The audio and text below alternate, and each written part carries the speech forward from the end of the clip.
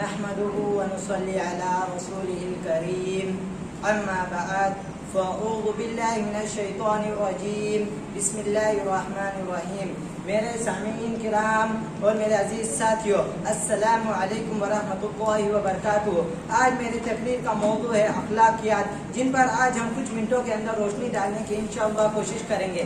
ایسا موضوع جن کو آپ ایمان، دین اور اسلام کی بنیاد کر سکتے ہیں، لیکن دوستو اخلاق کو آج ہم سب نے اور پوری امت مسلمہ نے اس طرح گرا دیا ہے اور کمزور کر دیا ہے کہ یہ ستون ہمارے پاس بچے ہی نہیں ہے۔ سامعین کرام، اخلاق کے اعتبار سے ہم اتنے پست ہو گئے ہیں کہ اس کی مثال پیش کرنا بھی بہت مشکل ہے، اور آج دشمنوں نے اسلام کی اس بات کو بنیاد بناتے ہوئے ایمان اور اسلام پر طرح طرح کے الزامات لگانے کا انہیں موقع ملتا ہے۔ لیکن دوستو، دین اور ایمان اور اسلام جو پھیلا ہے اور جو باقی ہے اور جو پھیلے گا اور جو پھیلتا رہے گا اور جو باقی رہے گا، وہ اخلاق کی بنیاد کے اوپر ہی باقی رہے گا۔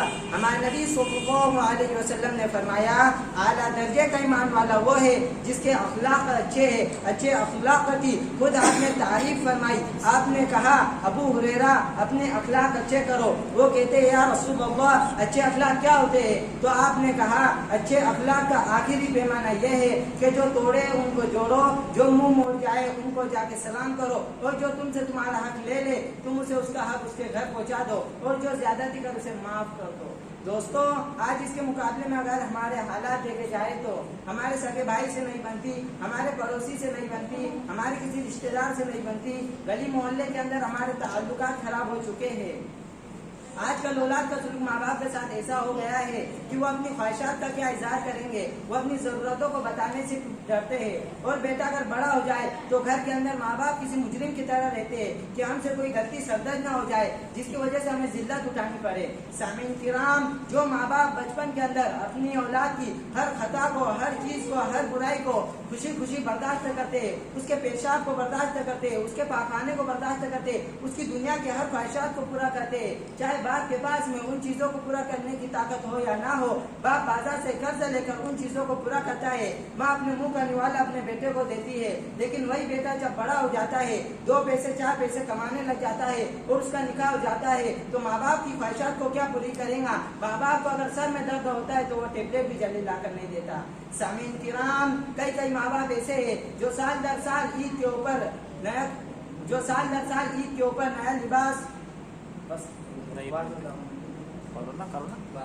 سامعین کرام، کئی ماں باپ جو سال در سال عید کے اوپر وہی اپنے پرانے کپڑے پہنتے ہیں، لیکن اولاد کو اس کی توفیق نہیں ہوتی کہ ماں باپ کو ہر سال عید کے اوپر نیا لباس خرید کر دے۔ دوستو، یہ ہمارے نوجوان اور بستی کی گراوٹ ہے۔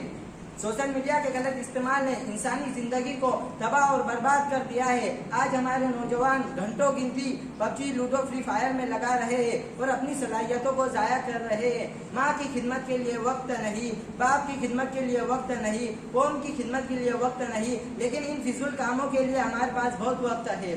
دوستو، مسجد، مدرسے یا اسلامی تنظیم میں 10-20 روپے دیتے ہوئے ہماری جان نکلنے کرتی ہے، لیکن ٹیم بنانے کے لیے ہمارے پاس بہت پیسہ اور وقت ہے۔ ایک آدمی 10 ٹیم بنا رہا ہے بنا یہ جانے کہ یہ حلال ہے یا حرام۔ اسلام میں جو نہیں ہے لیکن مسلمانوں میں تو ہے، اسلام میں بیاج نہیں ہے لیکن مسلمانوں میں تو ہے، اسلام میں شراب نہیں ہے لیکن مسلمانوں میں تو ہے، اسلام میں برتھ ڈے پارٹی نہیں ہے لیکن مسلمانوں میں تو ہے، اسلام میں رسم و رواج نہیں ہے لیکن مسلمانوں میں تو ہے، اسلام میں بغض، حسد، جلن، نفرت، گھمنڈ نہیں ہے لیکن مسلمانوں میں تو ہے، اسلام میں اونچ نیچ، امیری غریبی، کالے گورے میں فرق نہیں ہے لیکن مسلمانوں میں تو ہے، اسلام میں حرام کاری، زنا کاری، وحشی نہیں ہے لیکن مسلمانوں میں تو ہے، اسلام میں باپ کی وراثت میں بیٹی کا حصہ ہے، پتی کی وراثت میں پتنی کا حصہ ہے لیکن مسلمانوں میں نہیں۔ دوستو، کب تک اسلام کے آڑ میں اپنے گناہوں سے چھپتے رہو گے؟ دوستو، کب تک اسلام کے آڑ میں اپنے گناہوں سے چھپتے رہو گے؟ حقیقت کا سامنا کیجیے۔ ایک شعر کے ساتھ میں اپنی تقریر کو ختم کرتا ہوں۔ دل کہتا ہے کہ لبیک صدا حق پر، دل کہتا ہے کہ لبیک صدا حق پر، لیکن نفس کہتا ہے کہ کر دے کوئی بہانہ، کر دے کوئی بہانہ۔ وآخر دعوانا